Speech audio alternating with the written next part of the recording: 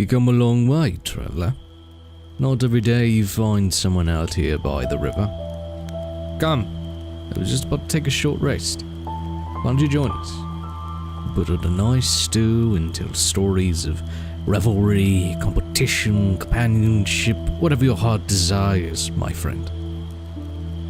In fact, I think I may have a story in mind.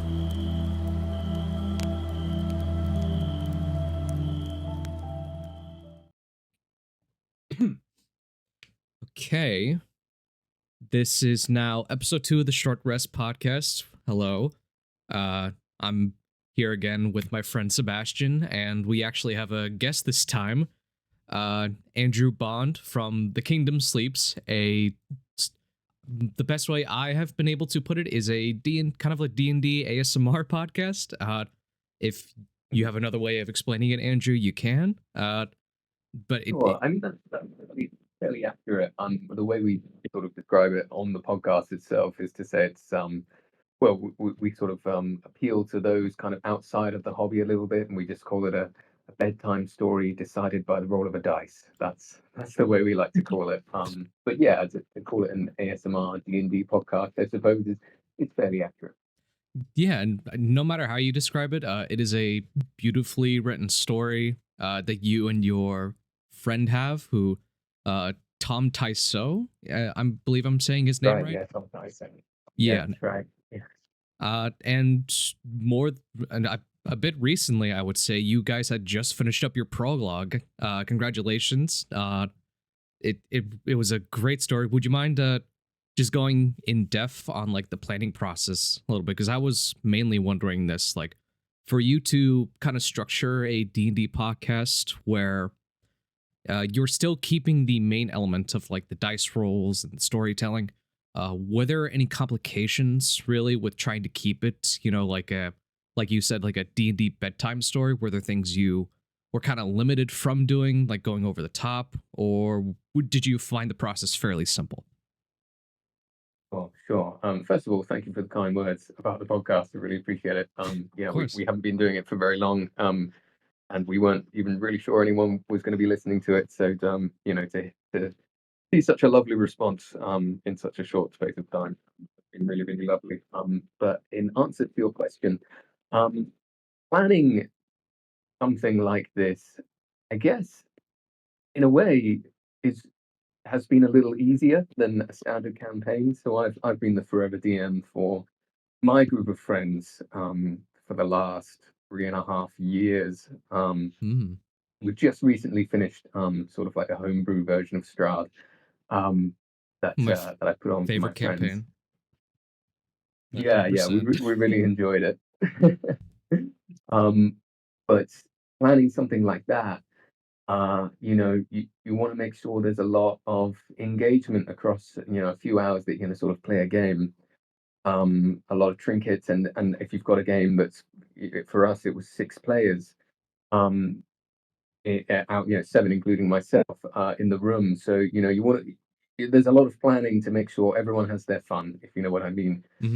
But with something like The Kingdom Sleeps, where it's me and it's Tom, single player. In a way, he's the main character, and it's all for him.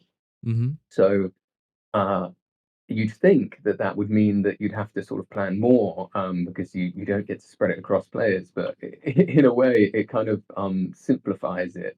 And the way that we sort of tell the story, we focus way more in on the role play side of things, and building out characters. And me and Tom sort of have this understanding where if I introduce a character to him for the benefit of the show and the kind of show that we're trying to do, it's implied you've got to spend some time talking to this person.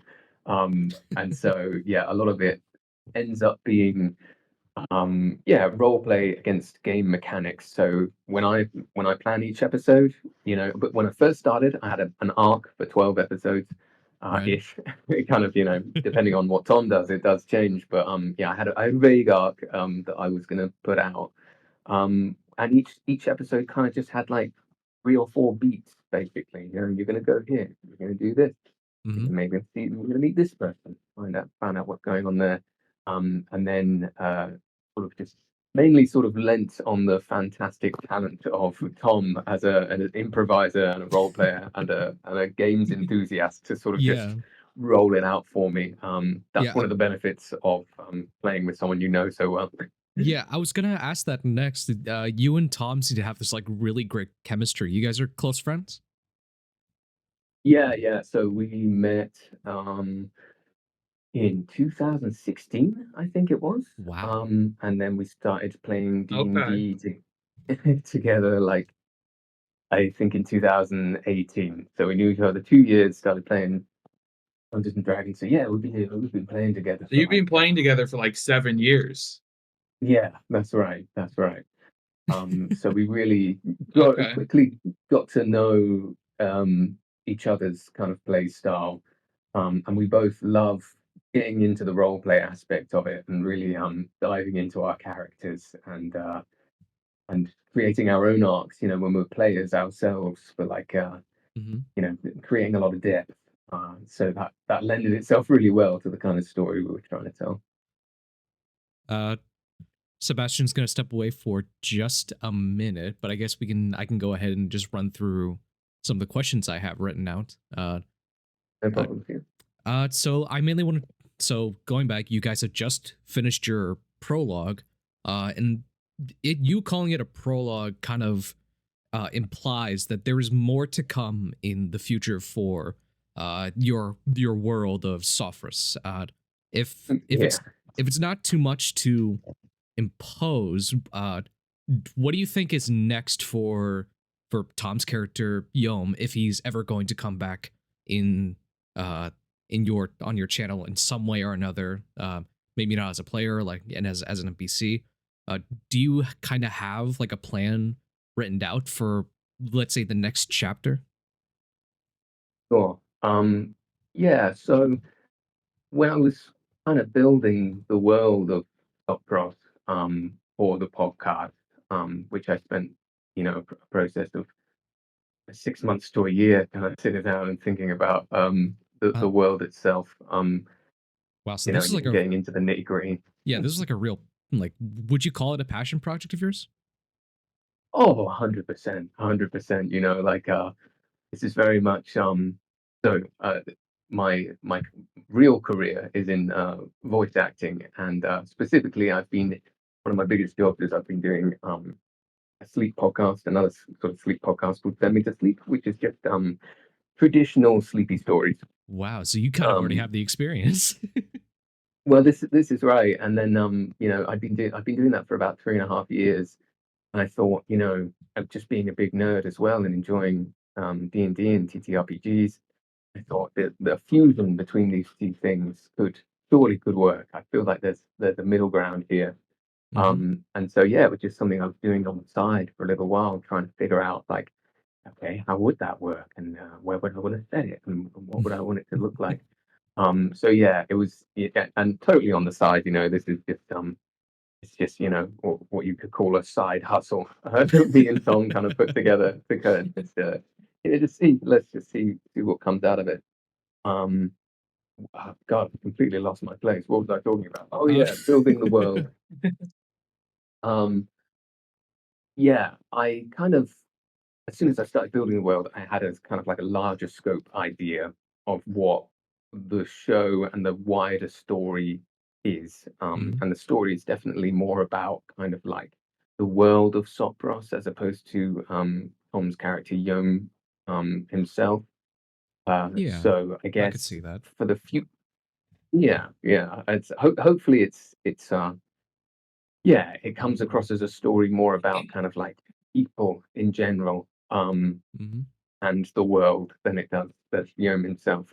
That being said, Yom is definitely coming back after this sort of like prologue. We're taking a couple of weeks out, but at the end of April, we're going to be coming back with more episodes from Yom. But we've also Wow. Okay. got someone else. So we went through a process of uh, auditioning a few people. This is it's the first time I'm telling anyone outside of me and Tom this, to be honest. But Really?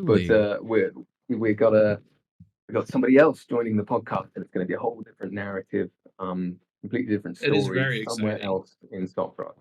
Yeah, because that was We're pretty excited about it. yeah, Yeah, that was yeah, gonna be hopefully it'll be that good. was gonna be kind of like my follow up question was like because it's been like you and Tom going around this whole prologue. I don't want to like pry in case you don't want to spoil anything, but is it going to be like one more person? Is it going to be kind of like a whole party's worth of people? Well, it's so at the moment we've got myself and Tom still sort of carrying on that kind of vein, and it will be myself and Orla. That's the name of the new person. She's going to be doing sort of like a separate thread, and that's again going to be a one-on-one kind of intimate thing, I I guess, see. because Okay. that's how we feel like it works best, I guess, at the moment. Mhm. However, to say that I haven't imagined like bringing the party together, kind of Avengers style, weaving all of the stories together at some point, would be a lie. I definitely like to do that. I guess it would be, we'd never want to compromise the sort of sleepy and ASMR kind of nature of it. And we do feel Yeah, that when once you get more than one voice on top of each other, um, it tends the to get sort kind of of like back and chaotic. forth. This is it, and it's Yeah. part of the whole reason why we made the Kingdom Sleeps. It's I mean, I started watching Worlds Beyond Number, or listening to it even, Incredible Roland podcast. Mulligan's incredible podcast, right? Hmm. So beautiful, rich, immersive, incredible story. And I used to put it on to fall asleep. But then you would just sort of like occasionally, like any sort of like segment after, of course, the whole gang is getting excited and there's lots of like whoops and clapping. But that would be like the part where I'd wake up and go, oh, what's going on? So, so I was like, maybe that with the immersiveness, the music, but let's just keep it level the whole time and give something, people can really relax into. What am I talking about? Oh yeah. So that being said, we're not really sure about whether we're gonna sort of like involve more people together, possibly in the future. But for now, we don't want to compromise the vibes, I guess. So yeah, we're gonna keep it sort of one. Yeah, then that makes It is a very fun and unique situation with the Kingdom Sleeps that I think hasn't really been done before yeah. in a large way. I fully agree. And the fact that you're bringing on more people in some aspect is exciting altogether, even if it's not like, two people at the same table. Just having that variety of cast it kind of enriches the world in a way because you get to see all these unique perspectives. Uh, uh, did you have a because you had to step away, Sep, for like a minute. If you had like a question or anything, because we both have been. I think Seb mostly has I been do. Seb's been putting in the bookwork from what I've been I do. seeing. Yeah. See, I don't watch a lot of like D&D actual play stuff. So when Arthur told me you were coming on, I had to do research. Mm-hmm. So I I have I have notes and I have questions written down in a notebook. oh, well, thank you for even for a research standpoint, listening to the show. Yeah. Appreciate those No problem. precious watch hours. But earlier you had talked about a homebrewed Strahd campaign, and I did during my research I watched a short that you had made about a month or so ago about how you were talking about how the ending of that campaign wasn't very satisfying for you. And I was wondering if a Wow, month or you really so did do later, your do you research. still, yeah, do you still feel that way about the ending, or has it grown on you in the time since? Sidebar. I, Yeah. d- I don't want to interrupt Sorry, before go you on. answer, but that was like an incredible pull for you, Seb. Like, I think I think honestly, like I've watched the Kingdom Sleeps, but the only short I've seen of yours was the one I've commented on when you were doing the whole father sitting down with their D&D. Oh, yeah, sure.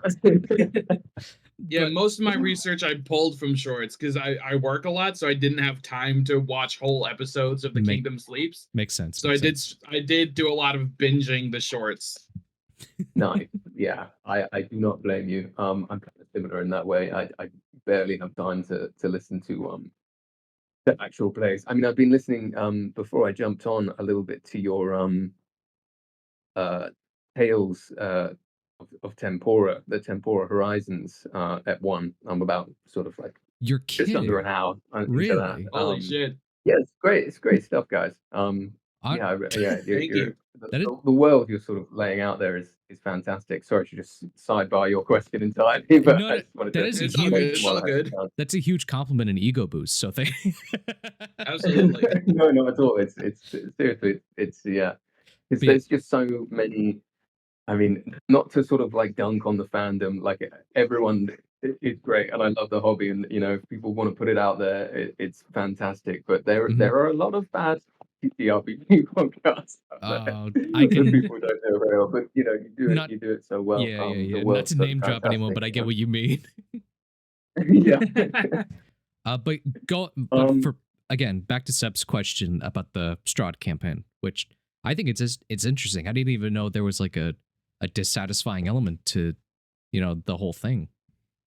It's because I think I had trouble because I homebrewed a lot, and elements that I put into it because of sort of player curiosity became like so much larger, Mm. and by the end of it, the campaign had departed from traditional Strahd so dramatically that I was Oh. pretty much like making up. We went extra dimensional with everything, and which was very Oh exciting for wow. the players, and they all loved it. But it ended up being so much work for me towards the end It that sounds I like sort it, of just yeah. didn't have much time to plan it. And so, yeah, in a way, I think it is still a little dissatisfying for me. I think if I was going to do it again, I'd maybe try and stick closer to the source material, just so that I felt like I had more of a plan, kind of thing. But it's the first campaign I've ever finished and brought to an end. And I Yeah. learned a lot from doing it, as I'm sure you guys know as well. Just Oh, playing of course, yeah. every game, you learn something Yeah. new.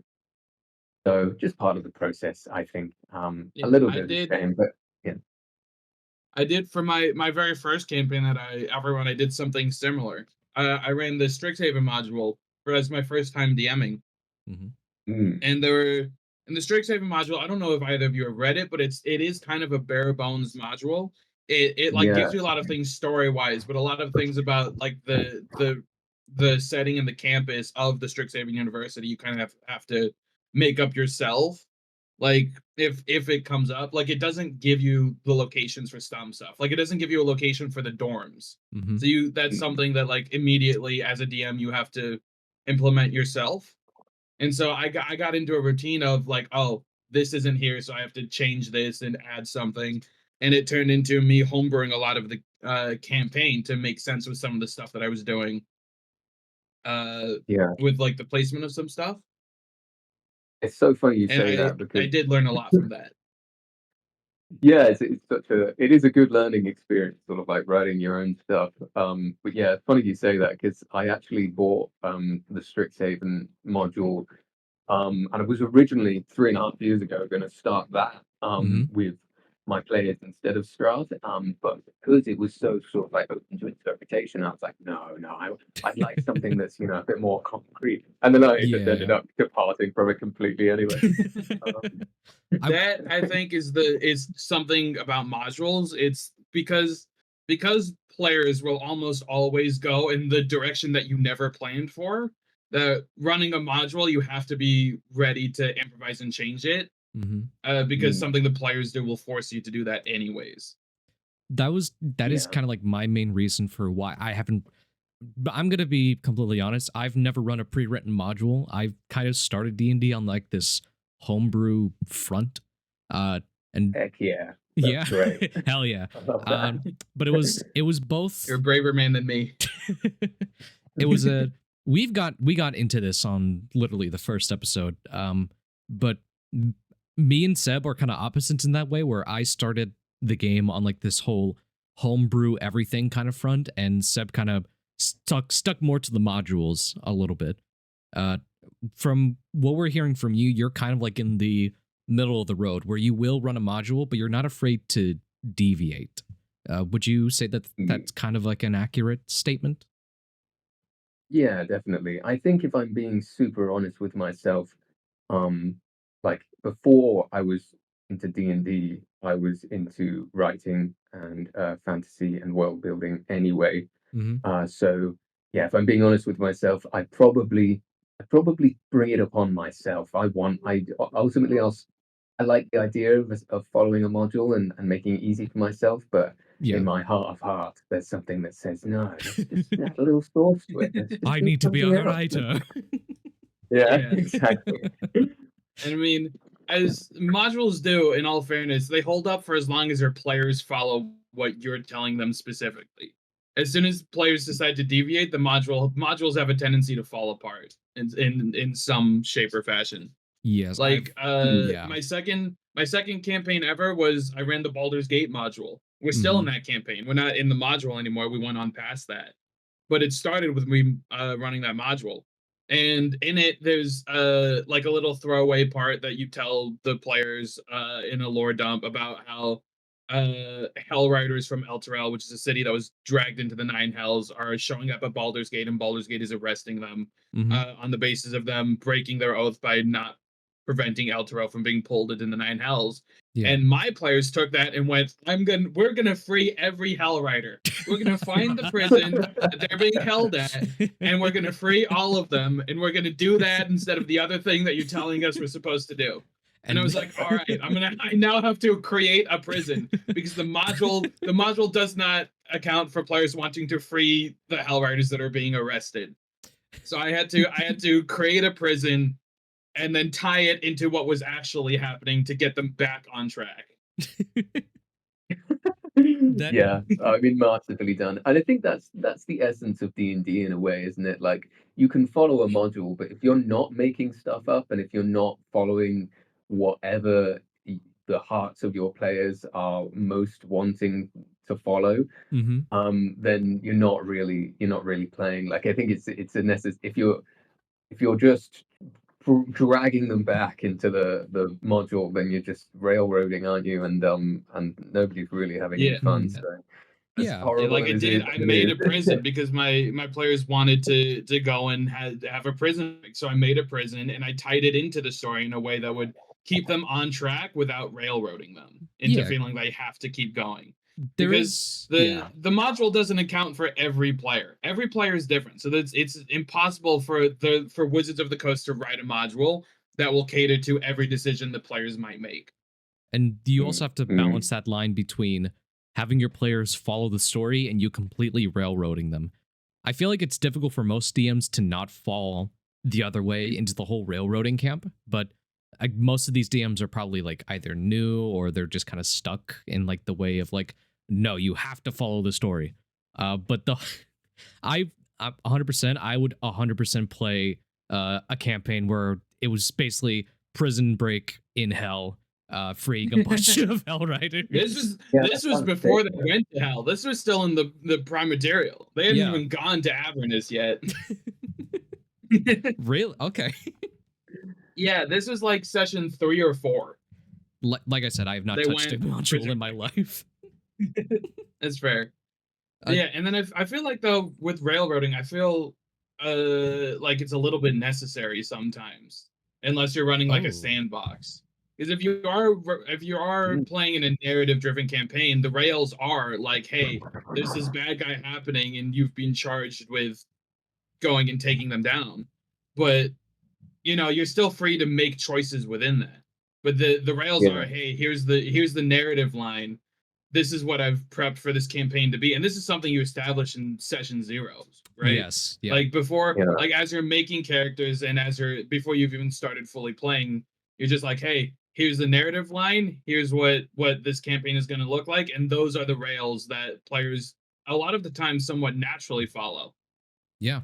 Yeah, and everybody's got like a complicit understanding that like if like you say, you've got like a narrative line, and if that's if you're playing Strahd, then that's what you're kind of playing, and you're gonna have the most fun if you bite onto the leads that your DM is giving. And if you just decide not to follow the vampire fucking sorry, can you swear on this?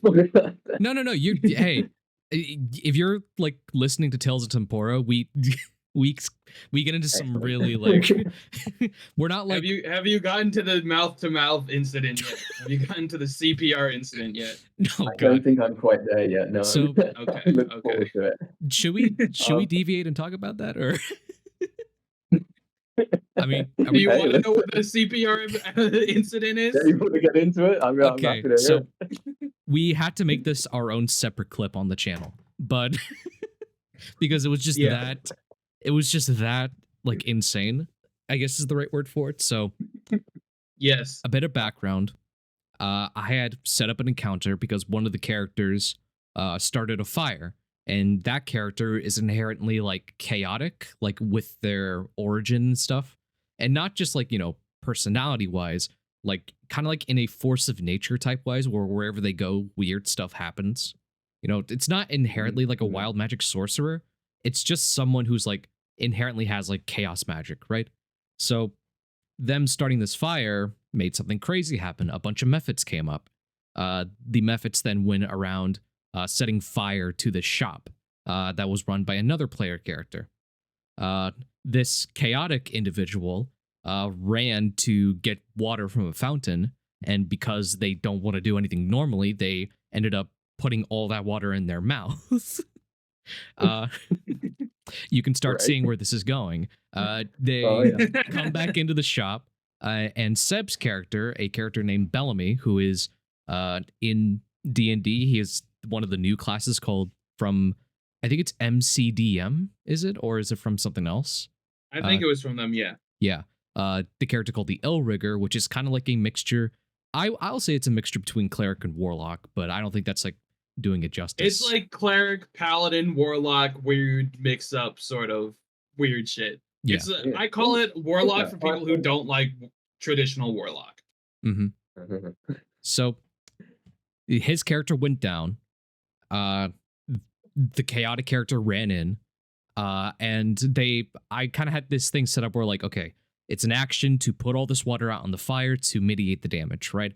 It's kind of like doing a whole kind of attack action, basically. But they also wanted to cast Spare the Dying on Sebastian's character. And I was like, okay, well, you can only do one or the other. And I don't know if they interpret it as saying you can either pour water at all or heal this person. But something in their mind went, the way this character does Spare the Dying is through CPR. And if you remember, they have a mouthful of water. And so when they go to administer the CPR, Bellamy's Sebastian's character gets choked on a bunch of water. And they spare the dying me, and then I start drowning. Is what happens. And then because there was like we had this system going where I would roll a D100, and if they got a certain amount of numbers, something good would happen or something bad would happen, and it was like really low. And so I was like, okay, you see Bellamy rise up, get choked on a bunch of water, and then immediately go back to death saves. I was the entire time as well in my mic. They were like, should I cast Spare the Dying or should I put the fire out? And I was just into my mic being like, please be normal, please be normal. And then they did CPR on me with water in their mouth and drowned me. I feel like it was very funny. Us explaining this is doing disservice. Like, reward that. Yeah, I wanted so. This character, so the player of this character, me and them are really good friends, and they have a history of like doing random stuff like this. And this was like their excuse to kind of like, oh, I'm gonna go all out, you know, I'm gonna be really crazy.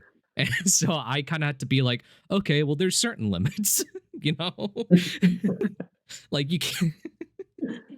And really, the whole reason why we set up the whole D100 higher means good, lower means bad kind of thing was because they themselves were like, I want everything to be purely based on chance.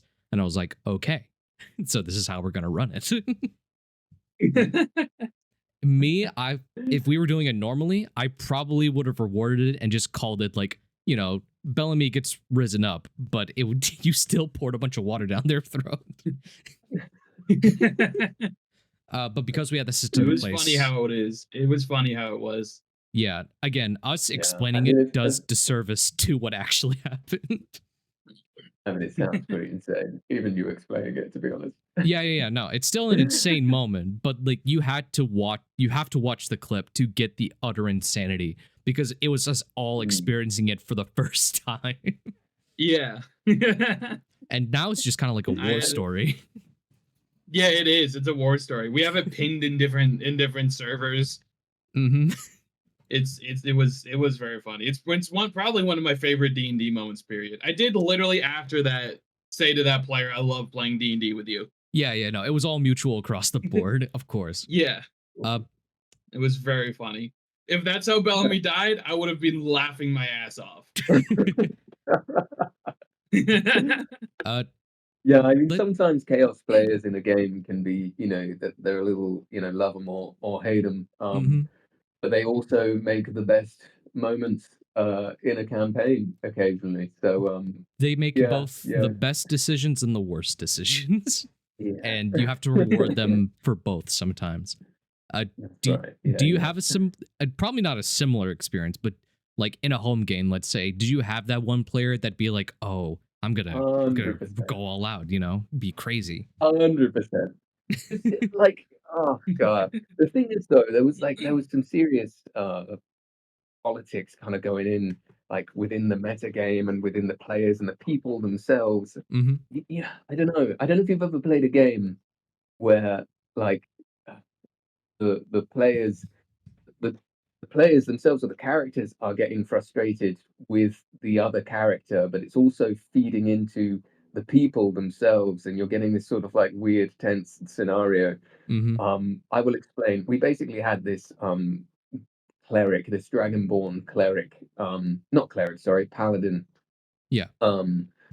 Who was somebody slightly external to the group a little bit. I don't know if I should sort of this out loud, but I'm doing it anyway. Hey. And yeah, but we came in and he's a good guy. We all like him, but kind of like as a player, he was just one of those guys who was like everybody's discovered, the letter that means that they all need to go to the castle to do X, Y, Z or whatever. And this guy's just like, nah, I'm going to go over here and do this instead. And just like, actually, and you know what? I'm going to beat up a bunch of people for no reason. It's, why are you doing this? Okay. So he was kind of in that very combat we just talked about, something similar happened. Not to the point where people were getting mad at each other in real life, but Goldbrand, who's a barbarian in that campaign, Bellamy and Goldbrand were together when we saw the fire start in the shop. Bellamy chose to run towards the fire, and Goldbrand went, "I'm gonna go to the blacksmith." Though from what you're telling us, was this more like, oh, this is the lawful stupid paladin, or was this kind of like, oh, this is just that guy? Yeah, a little bit. It was just that guy, really. Yeah. if I'm being honest. But I mean, I only say this because, like, now that the campaign is over, reflecting back on it, like, whenever we bring up the funniest moments or the best moments, like, 8 out of 10 of them are always the times that this guy has gone and done something stupid, but it has resulted in something hilarious. So whilst everybody gets a little bit, angsty at the time, in retrospect, it's always quite funny and, a good thing really to just sort of say, I'm just going to do something weird. Why not? I've been there. I've done that. I've been that guy that's just gone, I'm going to do something weird. Yeah. Done it a couple times. I feel like you need that there needs to be at least one of that kind of person or a couple of those kind of people to make a really funny campaign. But if you've got a table of those kind of people, then you're in trouble. Yeah, I feel like I normally am that person at the table, but with Adavesta for Horizon, it sort of took a back seat because Adavesta was just doing all the crazy shit for me. Yeah, no. I was like, I could just be normal this time. Yeah. I'm gonna try that. Normal to an extent. And then I made Bellamy, and it's normal to a certain degrry. Yeah, but we I mean, this is good. This is coming out way after the one episode released, but long story short, you did kill someone's dad in that campaign. I did. So I did do that. I did. Yeah, it was. It was that or give an imp 75% of my soul. I made my choice. The thing is with when I run like homebrew campaigns, I'm like, if someone says I'm gonna do this, I'm like, okay. And that's just it. That's how I run my game. Yeah, I killed someone. Yeah, you I killed killed someone. someone's dad, and then I fought that person verbally because they were mad at me, and I was like, "Dude, I did this for you." I did it for you. I condone that heavily. I condone sort of, yes, anding Hell your yeah. campaign. Yeah, for sure. If somebody's dead sure they want to do something, yeah, you're gonna do it, and you're gonna see the consequences as well. Of course. I also do that to a degree in my games, but if it's too crazy, I normally ask my players, "Are you sure you want to do that?" Right. And if they say yeah, then we're all in. I feel like I do need to make a habit of like saying that because I'm more or less just like, hey, someone's like, oh, I do this, and in my head, I know it's like they want to touch the rock, but it's the rock that instantly kills you. And in my head, I'm like, do I warn them? Do I just say okay and ask for a con save? But it's something I do need to make a habit of doing more, I guess. Let's kind of like steer this back into well, not just the Kingdom Sleeps, but so you guys also I don't think you guys just do you didn't just do the Kingdom Sleeps on your channel, because you do have one video on a Hollow Knight one shot, which I thought was pretty interesting. Is Hollow Knight what's your relationship to Hollow Knight? Oh, I mean, just me and Tom both really love the game. Tom introduced me to the game, and I kind of like rinsed through it like 3 or 4 times. And yeah, we're like huge fans. Not just of the game as like a Metroidvania, but also the awesome world and sort of like mysterious, dark, and yet what we both felt was kind of like cozy atmosphere of Hollow Nest that they've created. I don't know if you guys played Hollow Knight? I've played it a little bit. Me not so much, but I'm more the guy who like gets into the world building of most franchises, but hasn't really touched the game a lot. So kind of like the dark setting, but it's also very cozy is something I heavily relate with. Big time. I mean, and it's just like soaked with lore. Like the writers of that game have really gone hard in like the artifacts that you find and the conversations that you have with the NPCs is so wonderfully delicate at sort of like weaving this story in fragments from all these places that you get to sort of like build up this picture of this dead kingdom that you never really get the full picture, and you're having to sort of like discern between different people's perspectives on what the truth really is. Depending on who they are and where in the kingdom. It's just I think they told a really good story, and it was, in our opinion, rife for sort of cozy D&D actual play. So we thought we'd give it a go, and we really enjoyed it, to be fair. We'll probably do some more of that. Because I imagine that was like because you're like expelling a lot of like love and like complimenting the lore. Did that kind of make the process of planning that one shot easier? Oh, big time. And also the fact that there is already so many people online like commenting and like surmising the lore. There's a content creator called Mossbag on YouTube, and he's like the biggest Hollow Knight lore. I would highly recommend watching his like full comprehensive, I think it's called like the almost complete lore of Hollow Knight, and it's just, even if you've never played the game, it's a really entertaining watch. For how simple that title is, I feel like that explains Hollow Knight perfectly. The almost complete lore, because there's still so much you don't know about it.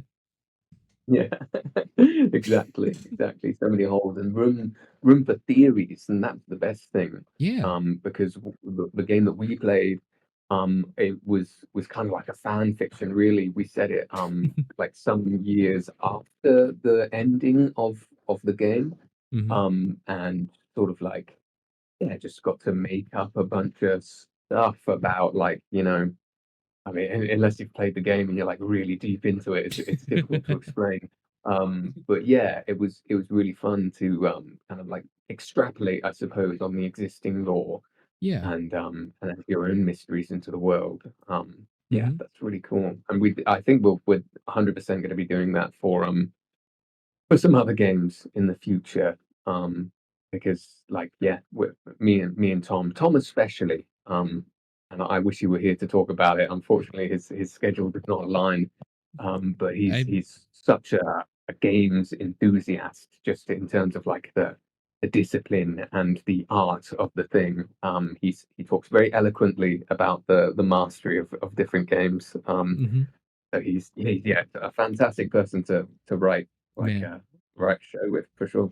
Again, I shout out to Tom Tyso. He played Yom perfectly in the Kingdom Sleeps prologue. I I get kind of like surmising your lament that he's not here. I really wanted to ask him about playing a merfolk kind of like away from the ocean a little bit, because I find that kind of character trope like way too interesting. You know, like literally a Mhm. fish out of water in that aspect. You know, It is Yeah, very yeah. interesting. uh, Yeah, it's definitely something we're going to be exploring. I mean, that is kind of like the through thread of Yom's story, at least in my mind, and mhm. the story I guess I'm trying to tell. You know, he's a merfolk in the desert, who is kind of like really diligently sort of like rejecting his origins. Really, he's like he knows the desert, and he part like in his subconscious and his heart of hearts, he knows that his people kind of belong in the water. Mhm. And like there are episodes towards the end of the prologue where we find out that Yom actually sort of has to use tinctures and sort of like ointment to make his body adjust to the desert, which he uses Yeah. on a regular basis because he can't actually you know his natural body isn't comfortable in the desert, but he's so sort of like feet in the ground, planted, head in the sand, literally, to sort of like, nope, Mhm. I'm fine, I'm in the desert. I don't need to go anywhere near water. Yeah. Um, so Who needs yeah, water? it does need water. Yeah. But Good. yeah, we'll we'll explore that definitely, and where that comes from in Yom and how we might be able to overcome that. So Yeah. Because again, for how like, because the fish out of water concept has been done a lot of times, and I think it's because it's very easy to both mess up and to get perfect. And I think taking that, I don't know Tom's like thought process behind creating Yom, but kind of personifying that into an actual merfolk, stepping away from their aquatic origins into uh the the near endless desert. Uh, I don't know. There's just it's some part of me that's just like, oh, that's perfect. That's just insanely perfect. You know? Uh Yeah, that's just like a plot point in and of its own. yeah, yeah, 100%. Uh I yeah, I mean, it was really inspiring. You know, I before I kind of wrote the world, and then came to Tom, and you know, we had a big session where I was like, I've got this idea, and here's the world, and this is what it is, and these are the gods, and this is all the people. And I just said, you know, now you come up with a character, whoever you want to play, you tell me, and then I'll write the campaign around it. And then mhm. he pitched me you know, the merfolk fish out of water, and you know, Yeah. I was like, of course, mind explode. And that was just so inspiring. It was super easy to then just jump off the back of that and you know, write around Yom and then feed in this sort of like other Yeah. larger story Yeah, and into again, it. it's very easy to plan out that kind of campaign when it's just you and your friend, you know? It's just the both of you Mm, standing face to face, just rolling a bunch of dice. Which for sure. I do want to pick your brain a little bit, because I found it very interesting that, again, to my knowledge, like my memory doesn't serve me well at the best of times. But I've noticed that like you do run like almost the traditional D&D game. But you only really have like the four, I think it's like four or three central races, right? No, it's four. You have like the It's for monstrous, yeah, yeah, yeah. the monstrous race, the Dwegar, which I love how Yeah, we've got you them. interpreted the Dwegar, by the way, not just making them dwarves, but pulling from, you know, their Mm. uh Yeah, we kind of we wanted to condense it down, so we were like, you know, we haven't really gotten the chance to explore this much because the Duergar live in a different sort of place, which is exactly where Yom is going in the next episodes after the prologue. So you'll meet a lot more Duergar, but yeah, we kind of like the idea of mashing together kind of like dwarves and gnomes and other goblins and creatures similar in sort of like stocky, shorty kind of stature, Yeah. and making them all kind of like one thing, and having variety within that race, I guess. Yeah. Good. The main thing I wanted to like get into, because like there is, to my knowledge, there is only those 4 races in the world, right? So yeah. for when I was kind of asking like what's next for the Kingdom Sleeps for the realm of Sophros, or Sophros, sorry, I'm not giving it justice. Okay. Yeah, okay. I guess I wanted to know more like what your thought process was, if there was like any big inspirations for the world, because there is a lot of reasons why you wouldn't put humans into that kind of world, because it's kind of like, you know, oh, just the boring human archetype, just throw them in there, you know, but there's a whole bunch of reasons why you wouldn't do that. What do you kind of have a reasoning for that? Or the big question is, what was your biggest inspiration for the realm of Sophros? And the supplementary questions are a bit more like, you know, nitpicky, you know, just like, why not this? Why not that? You know? Sure. Yeah. I mean, the world of Sophros at its core, I suppose, is, and this is going really deep into my writing process, I suppose. I knew initially, like the foundation was, I'm trying to make a sleep D&D podcast. So if I was going to tailor a world to that, how would I do it? And so the entire concept, which is a Sophros, the continent which has formed over the back of a sleeping giant, is kind of just an entire metaphor for for kind of like the relationship between us as creatives and the listeners of the show, and like the god of the realm that was the first created being in the realm of in the realm of Eversea, although it's never actually been spoken out loud in lore yet. But Sophros is within the realm of Eversea, and the initial god, the great perceiver, was the first thing to be created, and that in itself is kind of like the perceiver is a metaphor for just the listener, basically. Looking into the world, and how, and then the perceiver created the giants basically from their imagination, essentially. And at first they were dark giants because they looked into the darkness and all they could think about was sort of like twisted evil, until like nightmares. they exactly. Yeah. And then it was a resonant sound that sort of came from outside of the universe, that imbued them with like a sense of light, which will be explored across the arc of the series. But yeah, it sort of just gave them good vibes. It's all a huge metaphor for just like listening to a show that makes you feel good and helps you go to sleep. That's what I love it's that. like I just do love that. it. dramatic That is fantasy. very cool. Very cool. And Thanks, guys.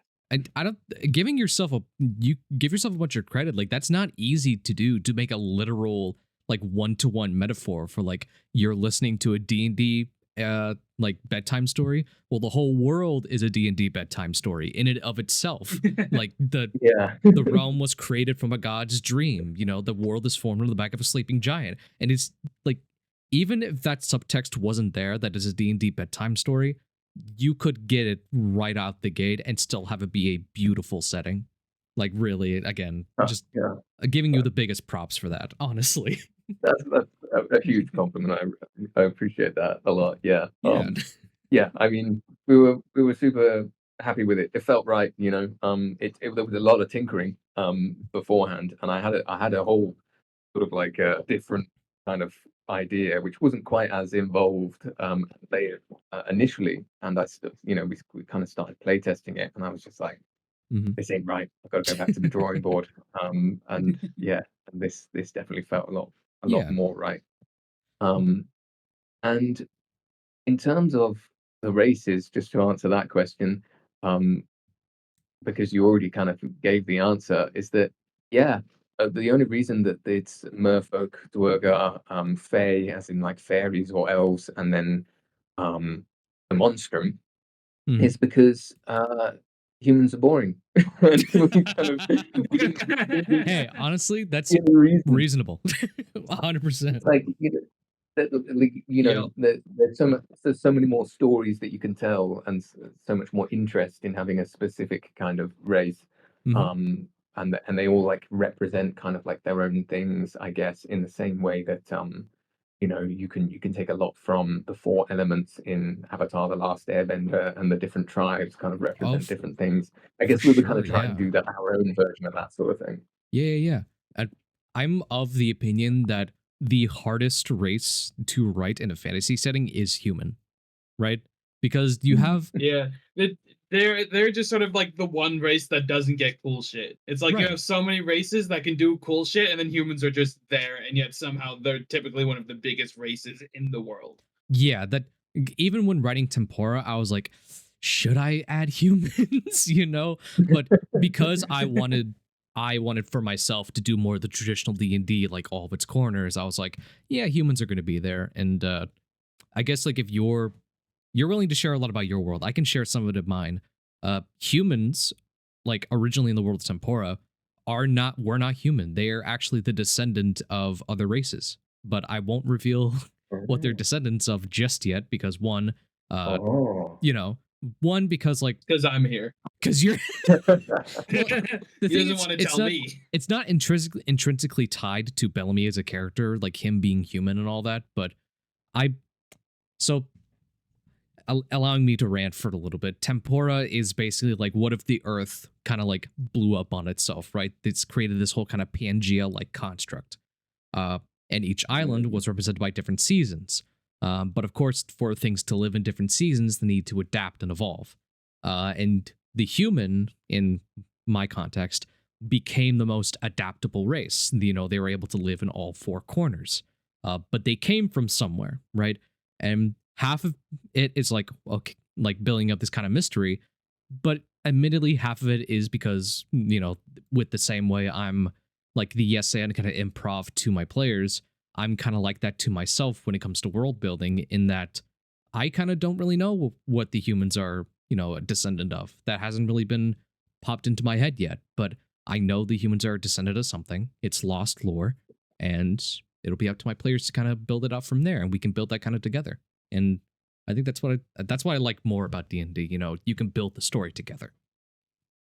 That is incredible. I Yeah. love what you've done there. That is fantastic. I love the idea of throwing up a mystery, and canonically sort of having this mystery, but like discovering it and literally writing it with the players. That's awesome. That's a really great way Yeah. to play, I think. Because I love my players, It is very fun. and these guys are so creative, and it's like, well, what the hell am I doing here? But literally, I'm there to provide the world. They're there to just reach into every nook and cranny. And even if I don't have it planned out, I'm going to have it planned out in the moment, And that's I did. This is something that happened in the session 0 for Tempora Horizons. I did literally like frame 1, go to Arthur and be like, "Yo, what the Archdevil's doing right now in this weird broken world? What are they up to?" Great question. Let's go to a personal call and find that out. Yeah, then we immediately went into private call and talked about Archdevils. We did that in the middle of session 0, by the way, because like he wanted it to be a secret. Just like, hey, I was like the last person to go though. I did you wait were, for yeah, my turn. admittedly, you were the last person to go. Because I knew the first thing I was gonna do was ask you to go into a private call. So I was like, I'll just sit here and wait. I'm happy to wait. Man, yeah, we still have a bit of time left, so I mean, I have a question. Yeah, of course, Seb, you're here too. I don't. First time co-hosting the podcast, getting used to it. But Yeah. this is another question about one of the shorts that you made. it was about, you made a short about going to a DIY store and using the names of paint colors as writing prompts. That's something Oh you yeah. often do to get like ideas for sessions or campaigns. And do you use any other like out of the box methods Incredible for question. inspiration? For sure. That was one of my favorite. I was like so um happy. I was chuffing myself when I discovered. I don't know if that's an American phrase, chuffed with yourself, but it is a British one. I was like It pleased is with not, myself. but I have a British mother, so I know what it means. Ah, okay, there we go. Oh my god, that's We speak sublore. English present. Seplar, Um, Seplar. yeah, when I discovered that, and that was like that was actually a few years ago, that I first discovered that because I just moved into a house with my girlfriend and we were doing a lot of painting. Mhm. So yeah, we ended up just going to the DIY store, and I was like, oh yeah, all of these are really creative prompts.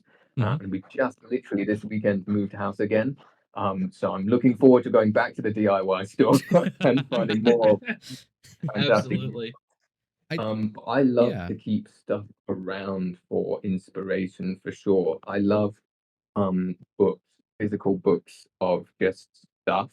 That's my favorite thing. So like literally on my table right now, I have this book of signs and symbols, Mm. which is about their sort of like origin and meaning. And it's just filled with like historical like famous symbols, the Christian cross, the yin and yang, like the Yoni symbol and stuff, and it just talks about that Yeah. kind of thing, which is like really rich for like I don't know, it's all like real world lore and history and stuff that you can like get inspired with. I've got Yeah. a history of magic in the occult book as well that I love to flick through. Okay. Like different cultures of like Japanese spiritualism and like African voodoo and stuff. And like, yeah, there's Ooh. I love having that kind of stuff. I've got this book of Japanese fairy tales that I'm working my way through actually, which is really inspiring. So much to Andrew's got just the sort whole of like fantasy grab. library over here. You Yeah, I do. love like, real world lore. That's the place to get your stuff. Yeah. Like people have been writing uh, fantasy into culture for thousands of years, so it's all there for the taking. I super like sympathize with that because most of my biggest inspirations are from real world mythologies. Uh and Mhm. good. I feel like this is a bit too heavy for a D&D podcast, but I No, this is D&D inspiration. Go for it. oh yes, of course. But no, personally with my whole, my religious standing is, I'm agnostic. I kind of believe in different, aspects of world religion, like there's got to be some truth in everything, right? I believe Christianity to be itself to be mythology, even though like there are some aspects to it in real world history. There's also aspects to real world history in like Greek mythology. Sometimes in Mm. Roman mythology, but that's kind of like a ripoff of Greek mythology, so I don't really count it. You know, like if you look into it, they just straight up stole all of their gods and just renamed them. You know, They did. No, you're absolutely correct. That's exactly what happened. but like even Yeah. like in Buddhist culture, their beliefs come from real world aspects. Like Japanese mythology, in that same vein. And so when I go for inspiration, I'm like, okay, let me look into some mythology and some religion to see what I can kind of pick and pry from, and that kind of built out the basis for what tempora races kind of sort of believe in. Like the elves are kind of based on both like European and Japanese folklore, which is like kind of like an interesting mix that I'm trying to see if I can weave Mm. together perfectly. And they're like Love that. the two halves of dwarves. One's like kind of like pulls from Slavic folklore, one pulls from like more so like the Greek and Roman folklore. It like Russians versus Italians. Yeah, I love that. That culture smash. Yeah. That is actually like the basis of a lot of like the etymology and like phrasing and words and kind of stylisticness of Sophros as well. Like I basically I mash kind of like German and Japanese phrases together to come up with like the whole map. So like Mm. Schwertsuna is the desert where Yom lives, and Schwert means sword, and Suna so Schwert means sword in German, and Suna means sun in Japanese. to make Sun Sword, because the whole desert is displayed across the dead sword that lays under the sea that belonged to the giant. Fucking Same as like perfect. That is rusty armor. perfect. Yeah. Absolutely perfect. It's yeah, mashing cultures just makes is I think a really Yeah. cool, Yeah, I sort it's- of thing to play I, around with. I think I do kind of the opposite that you guys do. I pull in for information from whatever fiction I happen to be consuming at the time, whether that be through books or anime or video games or stuff like that. Like Oh, well, yeah, we of recently, course. me and Arthur, I ran a Naruto one shot recently. Yeah. That was very fun. Mm-hmm. Nice. Yeah, I bet that was Yeah. awesome. Yeah, it was really cool. But I mean, It was I feel very like fun, I mean, and I did kill Arthur's character. yeah, you did. Well, I sacrificed myself. Okay, it wasn't entirely on He you. sacrificed himself. He sacrificed himself to save the team. Yeah. But I mean, I feel like everyone kind of pulls from, like, I guess pop culture is the right word for it. Everyone kind of pulls from that, you Yeah. know? There is a lot of super inspiring media out there, though. Like, I think even directly, especially in terms of like writing, I think specifically like story structure. And I tell you what, I mean, please don't judge me. I don't have children, but something that I found incredibly inspiring recently is working my way through like the first couple seasons of Bluey.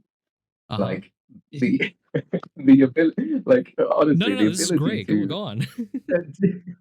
it's I think it's such a great show. It's so well written. I've always enjoyed like a lot of diverse kids media.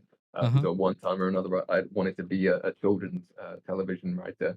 Oh, Okay. that's But sweet. Bluey, the way it can like create an arc in the space of like 10 minutes that tells a genuinely sort of like profound moral didactic tale, because that's something that I like to infuse into the Kingdom Sleeps as well. Like I like to have kind of some sort of philosophical thread through the story if I possibly Mhm. can. And with an hour-long podcast, sometimes it's hard to draw that line. But to watch Bluey do it like profoundly in the space of 10 minutes is actually masterful. I recommend to any aspiring writers to just sit down and watch a few episodes of Bluey. Oh, it's great. The greatest That is very philosophical mind of interesting. our age. Yeah.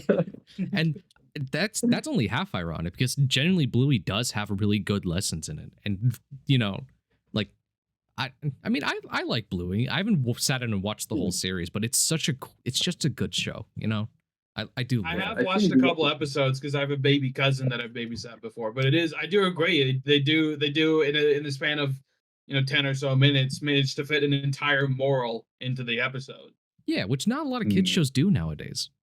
Honestly, Yeah. Yeah. So Sort of kind of But from a wacky, D&D crazy robot. standpoint, we have like an hour, 2 hours, 4 hours, depending on how you run your games to fit an amount. And we normally can't fit as much as into that time as Bluey fits into 10 minutes.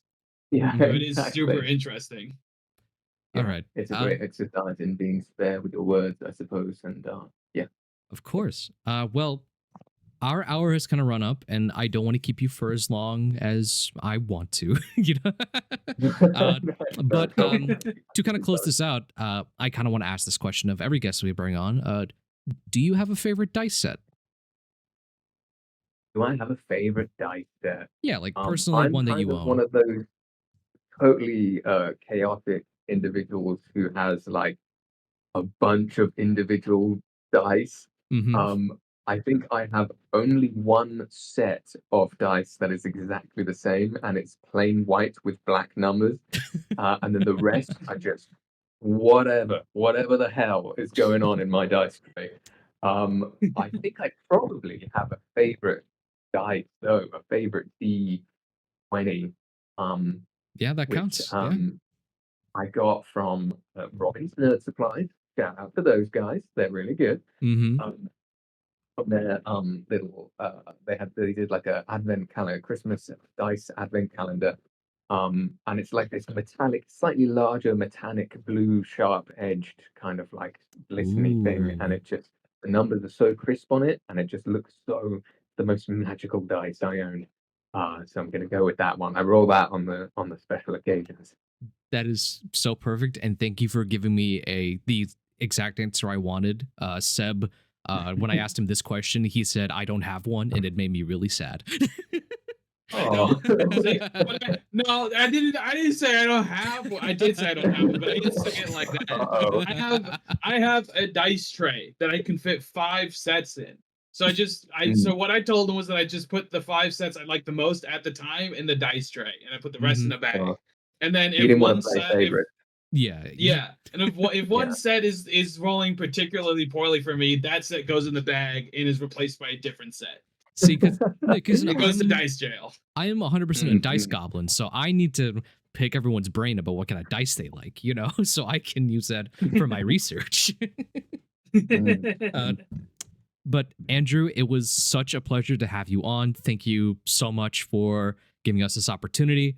And if there is anything else you want to shout out before we give our closing remarks, I now give you the floor to do so. Very much appreciated. And a genuine, sincere pleasure to be on the podcast. Thank you so much for having me. Had a really fun time. I guess the only thing I say is come watch the new season of The Kingdom Sleeps, which comes out first episode April 20th. You heard him. April 20th. Check out The Kingdom Sleeps. This has been the Short Rest Podcast. Thank you for giving us an hour of your time. Yeah, thank you so much. It was very fun and very insightful. Yes, of Yeah, course. had a great time. Thanks, guys.